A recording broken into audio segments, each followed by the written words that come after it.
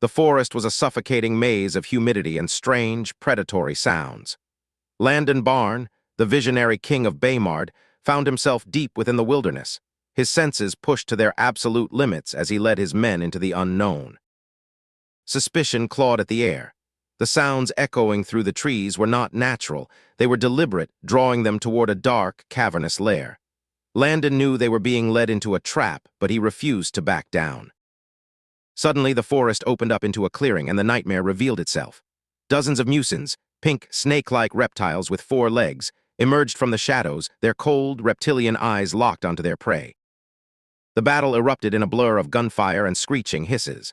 Lucius moved with practiced grace, his guns barking rhythmically as he aimed for the deadly creatures, refusing to let his guard slip for a single heartbeat. Landon split his forces, managing the chaos with a general's precision. Despite being vastly outnumbered, his soldiers held their ground, their confidence bolstered by their king's unshakable presence on the front lines. A musin spat a cloud of paralyzing pink fluid. Lucius threw himself into a roll, narrowly avoiding the lethal mist. Had it touched him, he would have been at the mercy of these beasts for hours. The clearing fell silent, the 30 beasts defeated, but the war wasn't over. Landon dismissed his soldiers' protests, insisting he alone navigate the dark tunnel to rescue the captives still trapped deep within the musin lair. The cave was a foul-smelling hellhole, dripping with moisture and decay. With his night vision goggles active, Landon crept through the shadows, moving like a ghost through the labyrinthine tunnels of the enemy nest. To survive the total darkness and treacherous terrain, Landon tapped into his system for an upgrade. He traded points for night-illuminating eyes, turning the pitch-black abyss into a landscape as bright as midday. Landon became a whirlwind of destruction.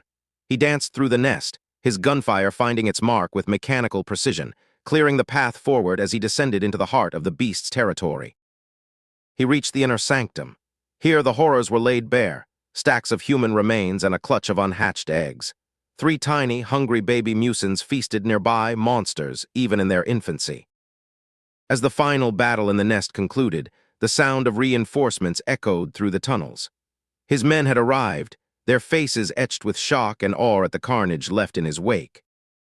Landon wasted no time, coordinating the rescue of nearly 100 survivors. The cave was then rigged with explosives, collapsing the musin lair into rubble, a final, permanent victory for Baymard. Far away in Yadin, the bitter Queen Ivy seethed in exile. Having lost her status and influence to the new King Sirius, her hatred for the royal family had festered into a dangerous, dark obsession. The shadows provided a glimmer of hope.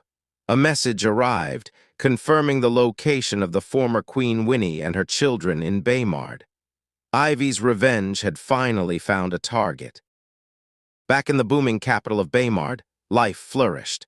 Young Kriya and her best friend Rebecca were buzzing with energy, heading to the newly inaugurated National Museum for a grand educational tour. Watching her children, Queen Jasmine marveled at the change. Once an idle royal, she was now a productive member of the Ministry of Finance, her eyes opened by the wonders of the empire Landon had built. The National Museum stood as a testament to progress, housing centuries of civilization and lost history. For the students, it was more than a building. It was a glimpse into the vastness of the world.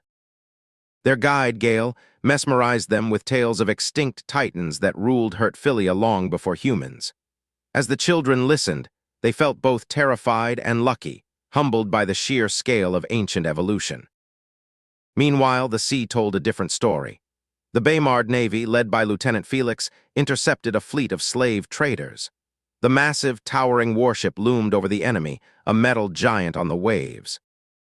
The enemy ships defied the order to surrender, their arrogance blinding them to the power they faced. Lieutenant Felix didn't hesitate. He signaled his snipers, initiating the mission, Free Bird. Ian and his squad descended via deck bridges, breaching the enemy vessel like a storm.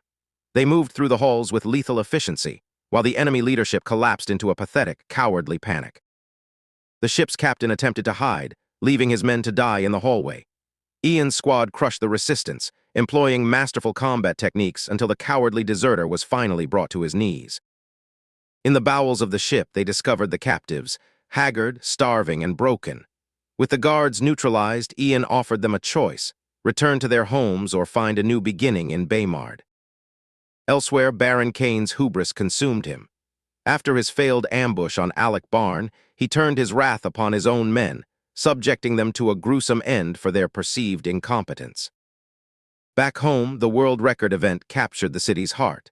Danver Wallace, a humble farmer, pushed his body to the limit in the hand jump category, his display of sheer determination inspiring the cheering crowd. Landon's final mission awaited in Gum City, a place long ravaged by illness and despair. He stepped into the misery with a clear goal: to sanitize, heal, and bring light to the forgotten, sick citizens of Corona.